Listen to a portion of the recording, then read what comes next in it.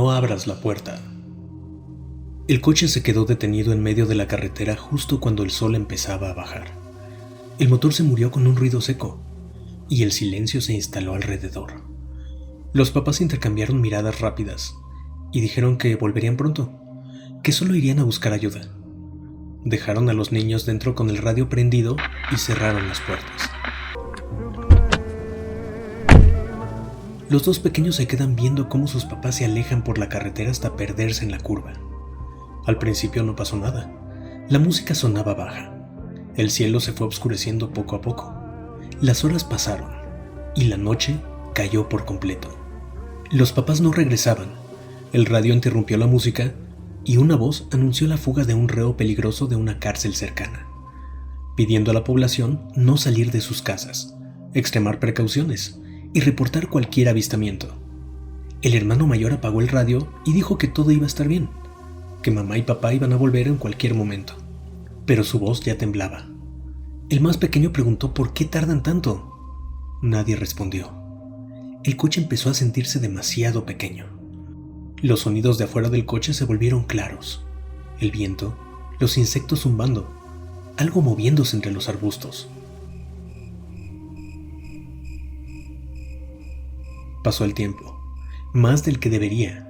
El miedo se traba en el pecho de los dos hermanitos. Para sentirse acompañados vuelven a encender el radio.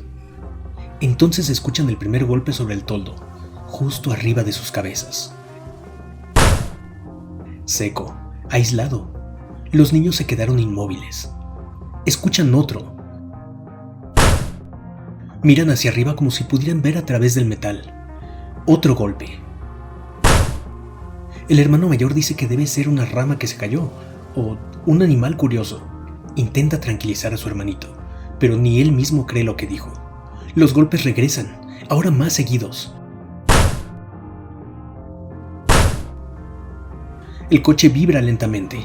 El más pequeño empieza a llorar. El mayor le tapa la boca para que no haga ruido. Y los dos se bajan al espacio de las piernas en el asiento trasero. Los golpes se vuelven más fuertes, más rápidos. Algo camina en el toldo del coche. Pasos pesados. Respiración cercana. El metal cruje. El techo se hunde apenas con cada golpe. Los niños gritan, se esconden contra los asientos. El mayor mira a la puerta. Entiende que quedarse es morir ahí adentro. Se miran una última vez, llorando, aterrados. Abre la puerta y ambos salen corriendo hacia la oscuridad. Sin rumbo, el aire frío les corta la cara. Corren por la carretera, tropiezan. El más pequeño casi se cae. El mayor lo jala del brazo. Detrás de ellos se escuchan todavía los golpes en el techo del carro. Se escucha una risa baja, húmeda. El hermano mayor gira la cabeza solo un segundo y ve al hombre sobre el coche. Un hombre enorme. Sigue golpeando el techo con algo que aún sostiene en las manos. Entonces el niño reconoce el cabello. Los rostros destrozados. Las cabezas de sus papás chocando contra el metal. El grito se le queda atorado en la garganta. El hombre baja del coche y empieza a correr tras ellos, agarrando por el cabello las cabezas que dejan un rastro oscuro sobre el asfalto. Los niños corren hasta que las piernas no les responden. Los pasos se acercan. La risa se vuelve más fuerte, más cerca. La carretera queda vacía. El coche queda abandonado en la noche, abollado, manchado, con el radio todavía encendido transmitiendo la noticia de un asesino suelto. Mientras, en la oscuridad los sonidos de la persecución se apagan uno a uno, como si nunca hubiera habido nadie que quisiera regresar a su casa.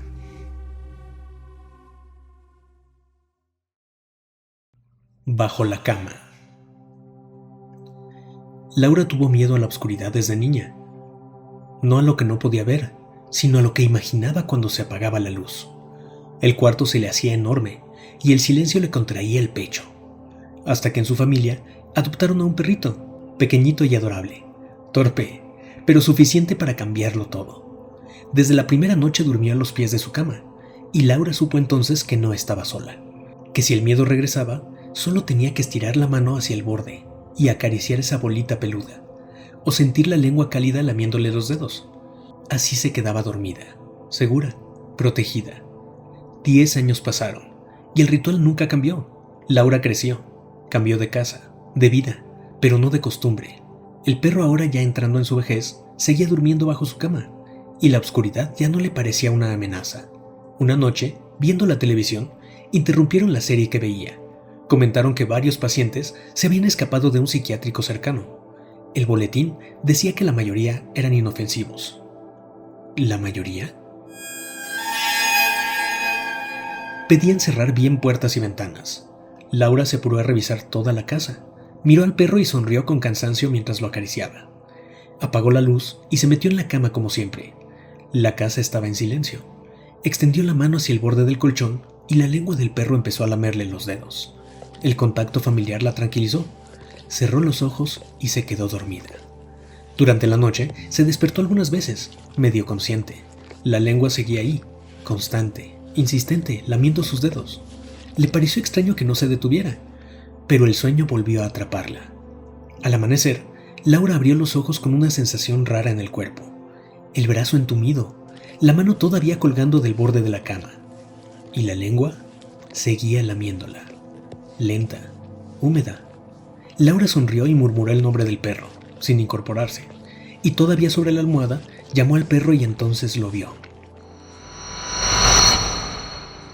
El cuerpo del perro estaba acostado en el suelo cerca de la puerta, rígido, con el cuello abierto y la sangre seca manchando el piso.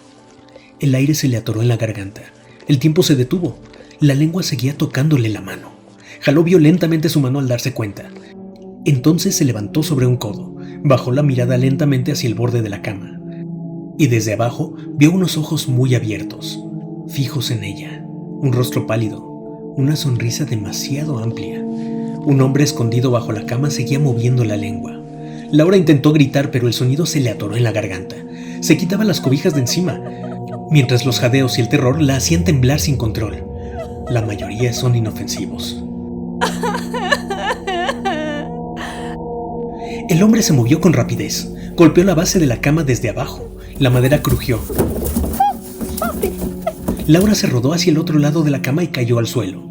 Intentó levantarse e ir hacia la ventana, pero una mano que salió rápido de debajo de la cama le agarró el tobillo. Unas uñas sucias se le clavaban en la piel. La arrastró de vuelta. Laura pateó, se golpeó contra los muebles. Gritó hasta romperse la voz. El hombre sacó medio cuerpo de debajo de la cama, jalándola con fuerza, arrastrándola hacia él. Laura pateaba, chocó contra el suelo, contra la base de la cama. El hombre ya no sonreía, tenía una mueca de locura y rabia. Laura intentó aferrarse a la cama, pero las manos resbalaban en las sábanas. El hombre reía bajo y pujaba con el esfuerzo. Seguía lamiéndole la piel mientras la jalaba, hasta que Laura desapareció bajo la cama. Durante varios minutos se escuchó el forcejeo y los golpes desde abajo de la cama. Luego, el colchón volvió a quedar quieto, la habitación en silencio. En otras casas, las televisiones repetían la noticia sobre la fuga del psiquiátrico. Y bajo la cama, donde antes dormía un perro, ya no se escuchó nada más. Juega conmigo. 4 amigas, Magda, Rebeca, Gina y Betty, se reunieron una noche en una habitación apenas iluminada por velas. Una ouija al centro de la mesa parecía un objeto viejo, y para Rebeca, hasta ridículo. Pero cuando iban a comenzar, el silencio que se formó alrededor no tenía nada de juego. Colocaron los dedos sobre un vaso que iban a usar como indicador, y empezaron a preguntar cosas sin importancia, riéndose nerviosas, hasta que Rebeca se hartó. Dijo que todo era una tontería, retiró las manos con brusquedad y se fue dando un portazo. El golpe dejó a las otras 3 en silencio, incómodas y un poco asustadas sin saber por qué. Decidieron terminar ahí, apagaron las velas malhumoradas, convencidas de que no habían podido hacer que pasara algo, pero el corte abrupto hizo que no se despidieran en esa sesión, no entre ellas, sino con lo que intentaban contactar con la ouija. Los días siguieron con normalidad hasta que Rebeca, la que se fue, le marcó por teléfono a Gina. Rebeca, con la voz quebrada, le contó que regresando de la biblioteca pasó frente a una casa vieja, en ruinas, y que una niña vestida de blanco que estaba en el jardín le pidió que jugara con ella. Al decirle que no, la niña se quedó inmóvil, con la cara imitando un llanto sin sonido, y lo que Rebeca vio después la aterrorizó. De los ojos de la niña comenzó a escurrir una sustancia espesa y oscura, lenta, como si el cuerpo se le estuviera pudriendo por dentro. Rebeca no vio más, porque salió corriendo y llamó a Gina en cuanto llegó a su casa. Gina pensó que era una broma, y le recordó a Rebe que se le hacía extraño porque ella no creía en esas cosas, pero algo en el relato no sonaba exagerado. Esa noche Gina no durmió. Pensó en la ouija, en la forma en que rompieron el círculo, en la rabia con la que Rebeca se fue. Al día siguiente Rebeca le volvió a llamar. Dijo que tenía miedo, que escuchaba ruidos, pasos pequeños dentro de su casa, que no quería estar sola. Gina empacó sus libros y bajo el pretexto de hacer tarea juntas, fue a acompañarla. Se sentaron en la cama de Rebeca a estudiar, intentando ignorar el ambiente pesado, hasta que escucharon un ruido que venía desde la sala, como uñas arañando la pared. Al voltear, vieron a la niña sentada junto a ellas en la cama recargada en la cabecera, sonriendo. Hundía las uñas en la pared como si fuera algo blando, dejando surcos profundos. Ambas gritaron y salieron corriendo y tropezando del cuarto. Gina bajó las escaleras llamando a su amiga, pero no hubo respuesta. El silencio era absoluto. Gina salió de la casa sin esperar. Se dio cuenta de que todavía tenía el celular en la mano y temblando marcó el número de emergencia para pedir una patrulla. Se tardaron, pero por fin llegaron. 2 policías entraron a la casa de Rebeca y casi de inmediato salieron para informarle que su amiga había muerto al caer por las escaleras. Gina insistió en entrar para reconocer el cuerpo, pero lo que vio al entrar, el cuerpo estaba torcido de una manera antinatural, con el cuello roto, los brazos y piernas doblados en contra y marcas pequeñas alrededor de los tobillos, como si algo la hubiera sujetado o jalado con fuerza. El rostro quedó congelado en una expresión de terror puro. Días después, Gina encontró un papel amarillento doblado en su buzón. Tenía algo escrito con letra infantil torpe. Decía: «Me gustó mucho jugar con ustedes. Quiero seguir jugando». El miedo se volvió constante. Pasaron semanas, y Betty dejó de contestar mensajes, y no contestaba las llamadas. A ella la encontraron dentro de la casa en ruinas, encogida en un rincón, con los dedos mordidos, las paredes cubiertas de arañazos pequeños y huellas diminutas marcadas en el polvo. Gina entendió entonces que no se trataba de castigos ni de advertencias, sino de un juego que no había terminado. Ahora Magda y Gina duermen con la luz encendida, pero no sirve de nada, porque algunas noches se escuchan ruidos en sus casas.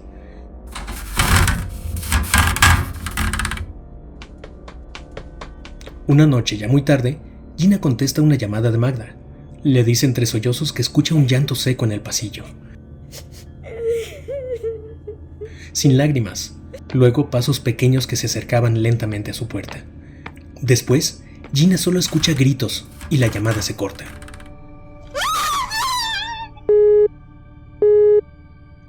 Ahora Gina vive con pánico. Tiene miedo de que alguien esté a punto de tocar su puerta para pedirle que juegue.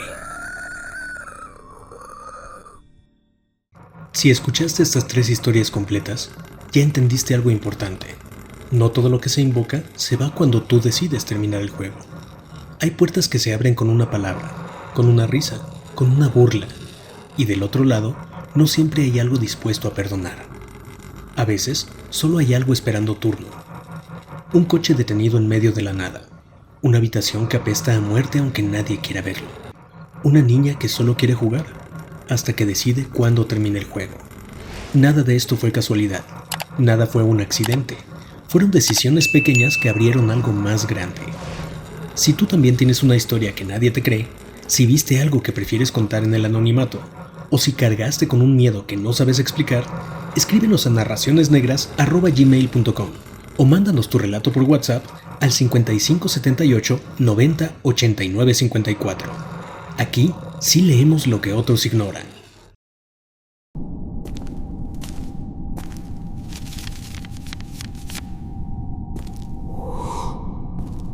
Escucha lo que habita en las sombras, en Narraciones Negras.